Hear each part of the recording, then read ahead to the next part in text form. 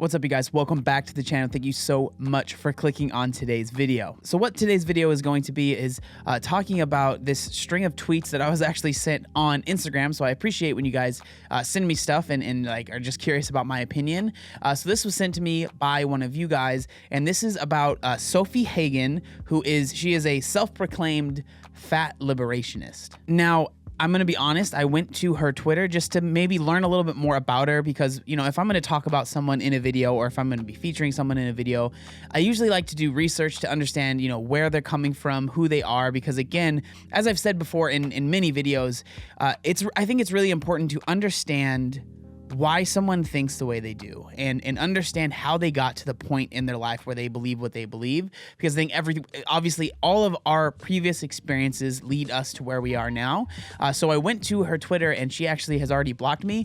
I don't think I've ever spoke about her in a video, so I don't really know what that's about. So I wasn't able to do as much research as maybe I normally would do in a video like this. But with that being said, let's get into the tweets. So there's a pretty big string of tweets here, so we're just gonna go through them. So starting off, she says, "I am not a body positivity campaigner. I am a fat liberationist. I do not care if you love your body or not. I care about abolishing the systematic discrimination and abuse that fat people endure on a daily basis. Body positivity is fine, but it doesn't at all fix the problem." So from what I've gathered through going through this string of tweets, it seems like she's getting frustrated with maybe interviews that she's doing with people saying that she's like a body positive campaigner or something like that. And she wants people to understand that she doesn't really care about people being positive about their bodies, and specifically overweight people or fat people being positive about their bodies.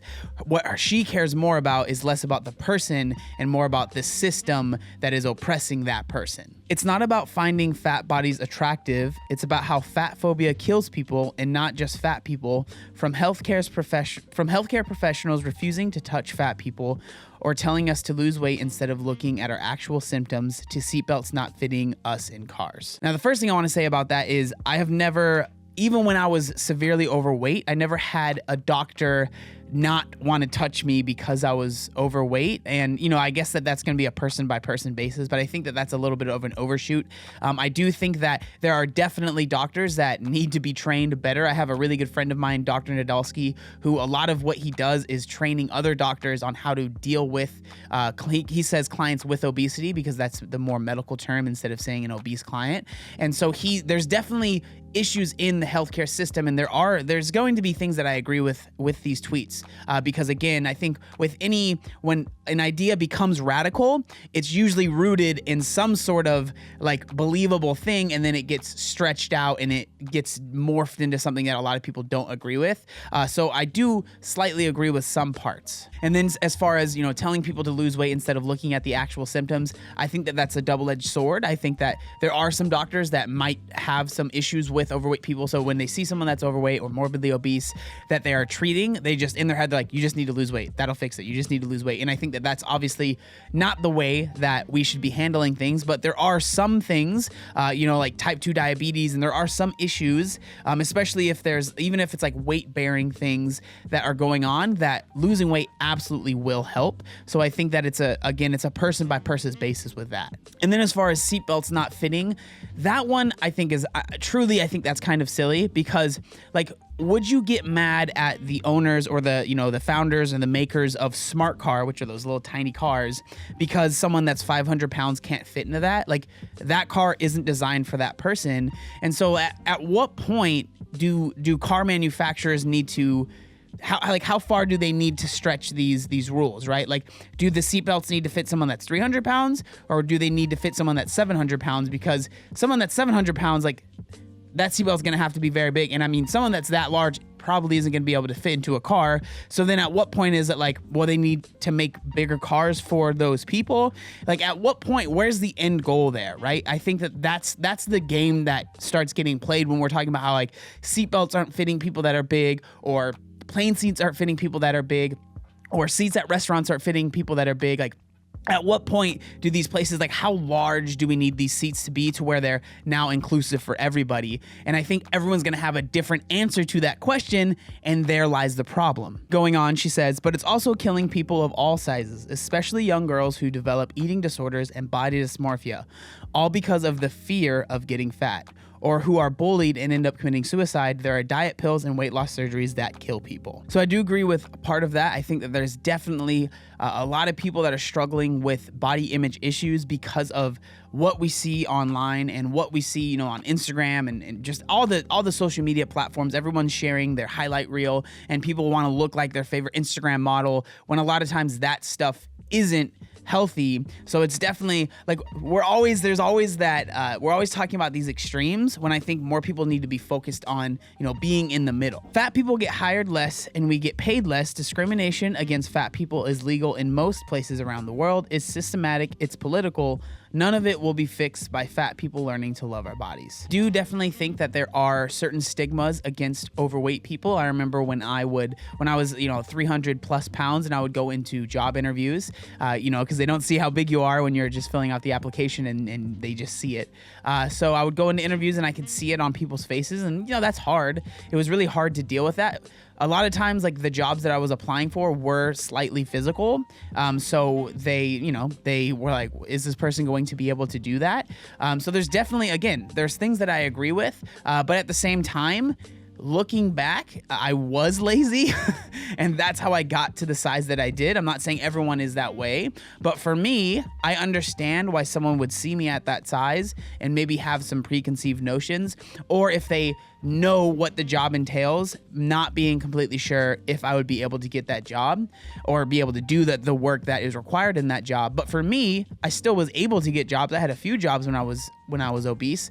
The thing is that they were really, really difficult, and they were a lot harder than they needed to be because of my size. Learning to love your body in a capitalist society is like trying to dry yourself in the ocean.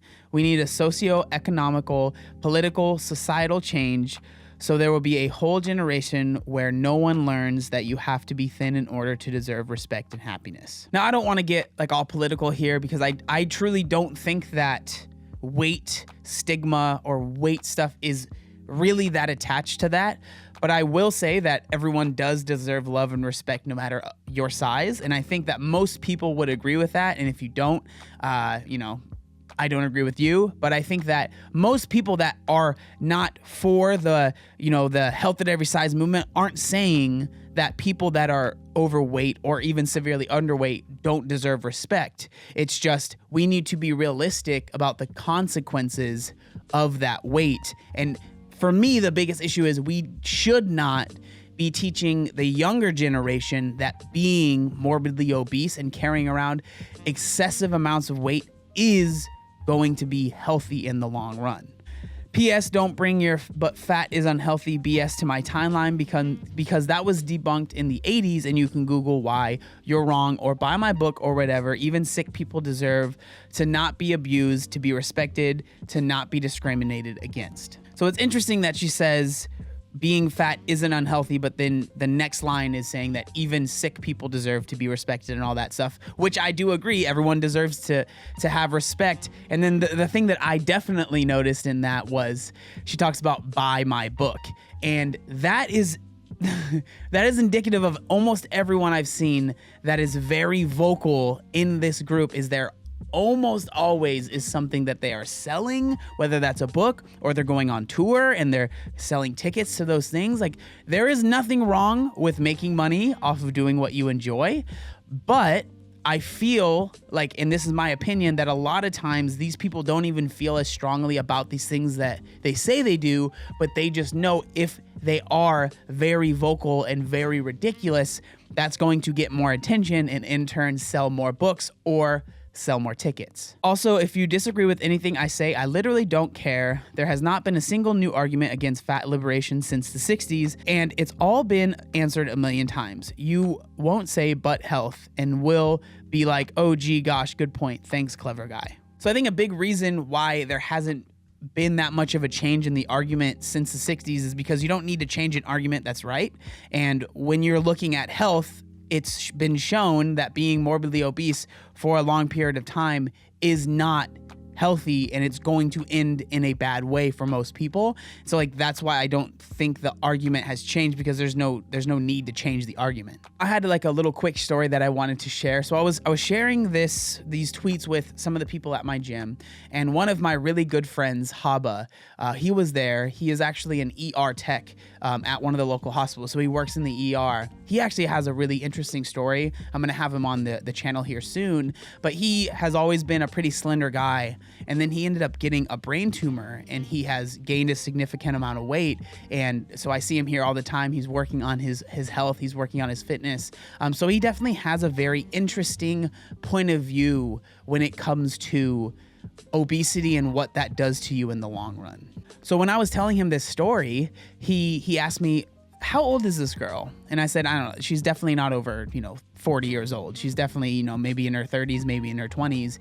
And he said, yeah, that sounds about right, because, he told me this story about this guy that he saw at the ER. This was like 2 days ago. This guy was 65 years old, and he was very, very large. And he ended up going to the ER because he had a surgery a few months ago, because he was so big that his belly was going over his private parts. So when he was going to the bathroom, he literally couldn't reach his penis, and he was peeing all over himself.